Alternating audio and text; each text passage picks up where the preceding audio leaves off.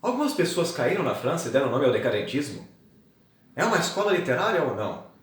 Por que eu continuo fazendo essas entradas tão confusas? Tudo isso e muito mais depois da vinheta.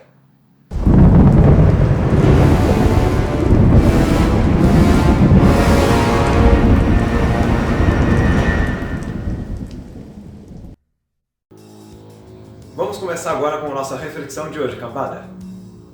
Esse movimento estético, esse movimento artístico, esse movimento filosófico, o decadentismo que começa na França. Alguém faz ideia do que seja isso?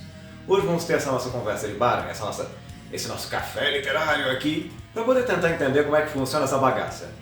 Então, para a gente entender um pouquinho esse contexto histórico.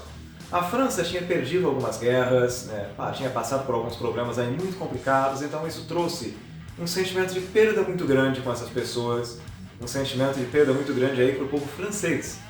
E não estava sabendo lidar um pouco com essas derrotas tão constantes, não é? Então, é importante sabermos disso, mas também é importante levar em consideração como é que esse decadentismo vai funcionar. Como é que isso daí se manifestava na arte? As pessoas confrontavam todo aquele realismo que existia, né? Lembrem-se sempre disso. Sempre quando um estilo literário aparece, sempre quando um movimento literário, como é o caso do decadentismo, aparece, ele vai tentar ir uma direção diferente daquela que veio anteriormente. Então o decadentismo ele vai caminhar bastante nessa direção. Quando nós temos o Verlaine, quando nós temos o Rimbaud, esses poetas, se tiver algum professor de francês aí escutando, pode descer porrada aí na minha pronúncia. Mas o que acontece? Nós temos aí uma série de poetas que vão trabalhar esse lado podre da humanidade, né? Esse nome, o decadentismo, ele começou sendo usado como um tom um pouco satírico, um pouco ácido, né, por parte da crítica literária no tempo, nessa virada do século XIX. Mas depois os próprios integrantes desse movimento literário começaram a usar esse nome de maneira proposital. Então, o que é o propósito desse movimento? Né? Quais são as ideias dessas pessoas que exploram bastante o decadentismo na França nesse período? Uma coisa que marca, né? Eles vão tentar ir sempre contra o natural. Né? O que eu quero dizer com isso? Sempre quando nós temos aí aquela inclinação natural que os homens têm, por exemplo, eles saem com mulheres, né? O decadentista ele vai fazer o contrário, ele sai com homem. É homem com homem, é mulher com mulher. Então, sempre uma tentativa de você buscar a irracionalidade ao invés da racionalidade. Sempre vai buscar um narcisismo bastante acentuado, né? São características bastante marcadas nesse tipo de poesia. Fora essa tristeza muito marcada, essa melancolia, né? Antigamente não se usava essa expressão depressão, a gente usava a palavra melancolia. Então nós tínhamos uma tristeza muito profunda, porque por causa disso que muita gente vai confundir, por exemplo, o decadentismo com o gótico. Nós temos uma diferença. Vou chegar lá daqui um pouco.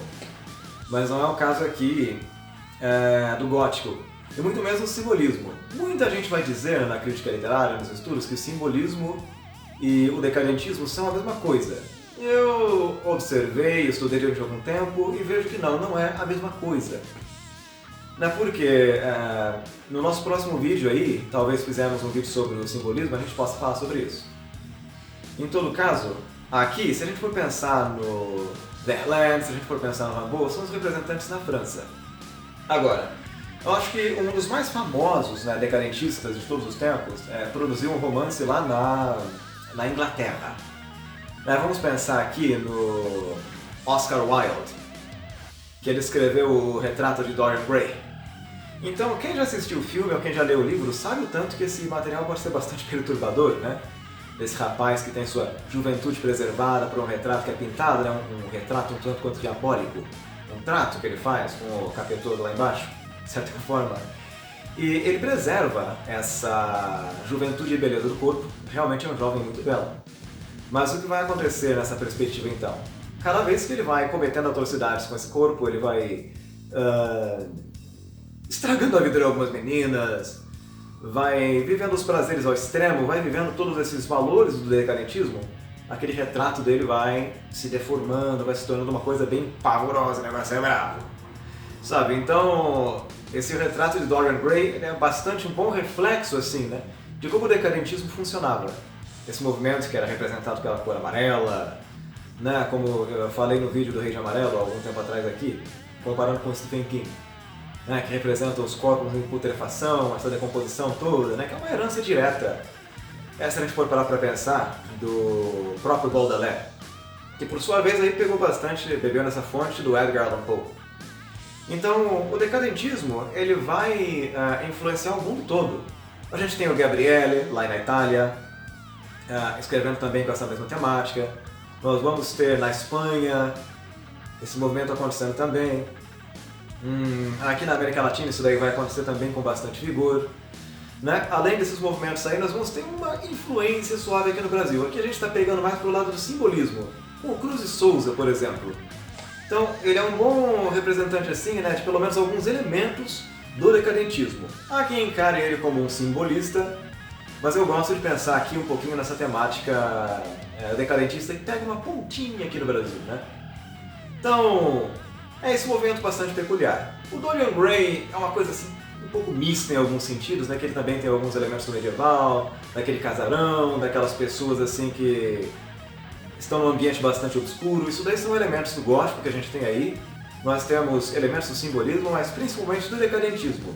A gente vê, né? Algumas escolas literárias não aparecem de maneira solitária, né? Nós temos aí encontros que acontecem.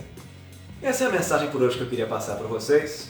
E a gente vai encerrando esse vídeo por aqui. Não se esqueçam de deixar o like, né? Já demorou para se inscrever aqui no canal, né? Deixa o like aí, quem mora no castelo deixa o like, mete o louco.